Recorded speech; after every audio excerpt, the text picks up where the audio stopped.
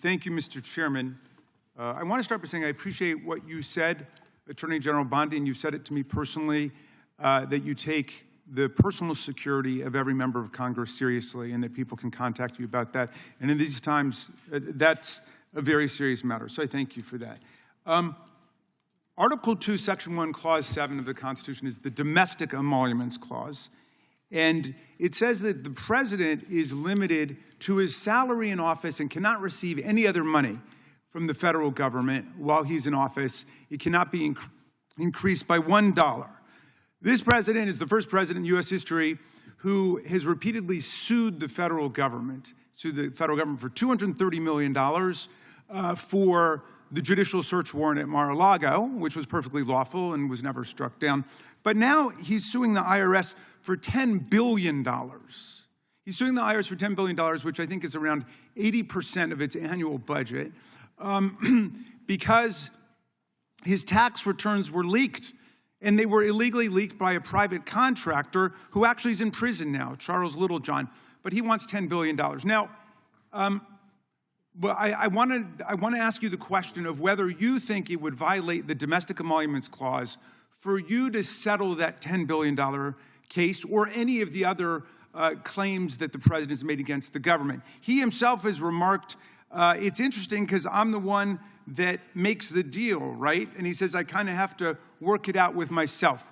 Do you think it would violate the Domestic Emoluments Clause for the president to work out a deal from people who are his subordinates under his unitary executive theory to get money in one of these cases? I'm not going to discuss pending litigation.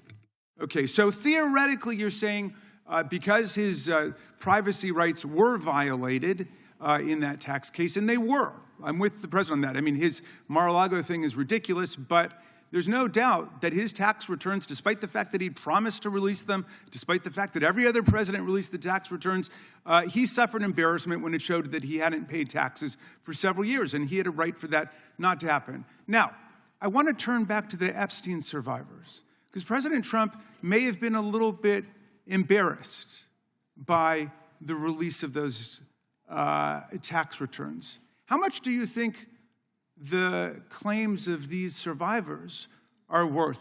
As the good congressman from Kentucky just pointed out, there were lots of survivors who had decided, for reasons of their own, never to release their names. That determination was represented to people in Congress, and we built it into our federal law that their names could not be released, and yet you published their names, their phone numbers, their addresses, personally identifying information. If Donald Trump can get $10 billion, theoretically, from the Department of Justice, how much should these people get for a far worse violation of their privacy rights and a far greater danger established to them in their lives?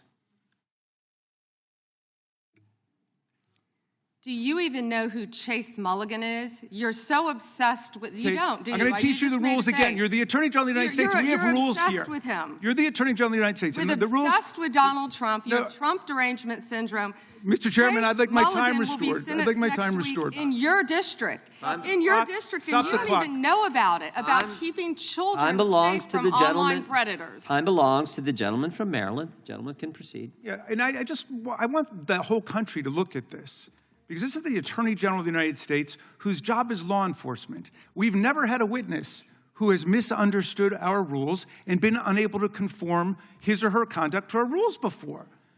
We have only 5 minutes, and so we use our time to ask you specific questions. How long are you giving me to answer? Excuse me, I'm not yielding to you right now. I'd like that second restored too.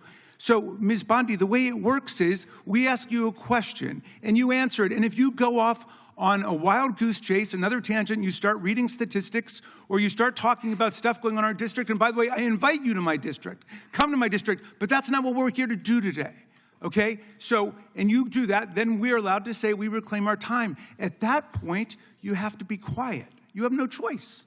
You have to be quiet. So I hope you understand the rule of this part. Now, here's what I want to ask you. You're in law enforcement. We've seen all kinds of evidence of crimes. And when we go over to the Department of Justice for the 4 computers for every member of Congress, we see more evidence of crimes.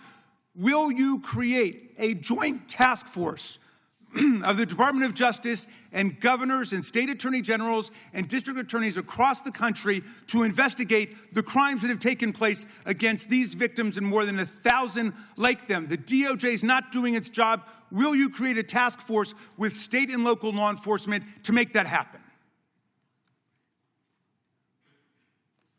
Gentlelady can respond if she wants to. Thank you, Chairman. He called Chase Mulligan a wild goose chase and didn't even know who he was. He is a defendant in your own district who preyed on girls. Mr. Chairman. Well, you know what? If he were part of the Epstein investigation, you wouldn't do anything about it. Online chat rooms and committed sextortion. Yet he didn't even know in your tiny little district who he was. Mr. Chairman, she's embarrassing you. He's about to be This is your committee, and she is embarrassing Shame you. on you. The time of the gentleman has expired. I would remind the committee that last Congress, Secretary Mayorkas was here numerous times, and he wouldn't answer our questions, even when we sent them to him ahead of time in writing. So that's what we've had to deal with. I think the Attorney General is doing just fine. Support journalism you trust. Support PBS News.